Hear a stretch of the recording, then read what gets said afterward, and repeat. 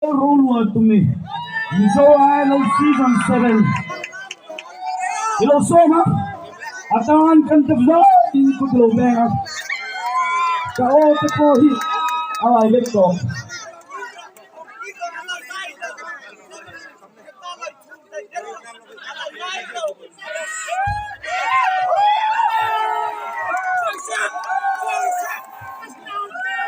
Mazu alun ning dingin puzat piliana.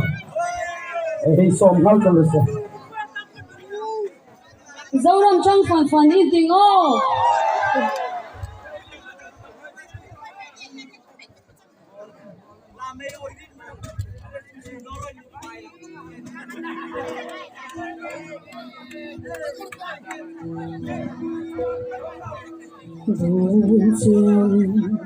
Amak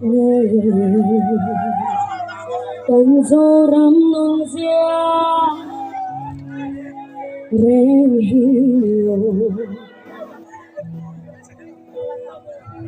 tan pile tu thenkhat te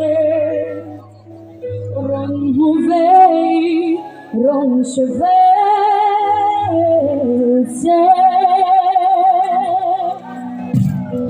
Namin say dargan ko sa diare paylos in garlat ko siate oh merong mga fancy sinabong diare kan mo maile siya tuge mo pura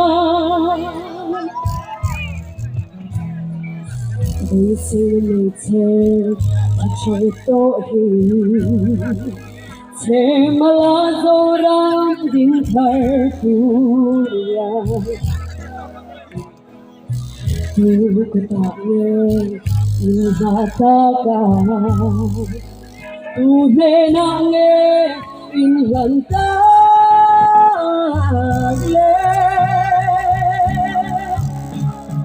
Sa purle nam sia sung tet nam dang kana Tua karong sangan kang Meglaya Lai kung belin nilo Tin bo sa may donen ni Iya O tin bo luso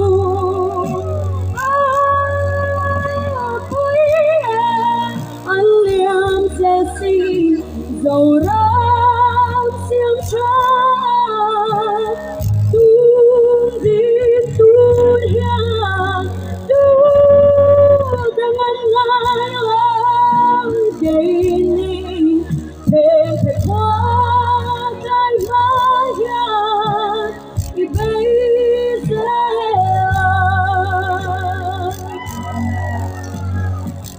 Zoram trong phân phát Zoram trong phân phát Hulang liam maya Kalomen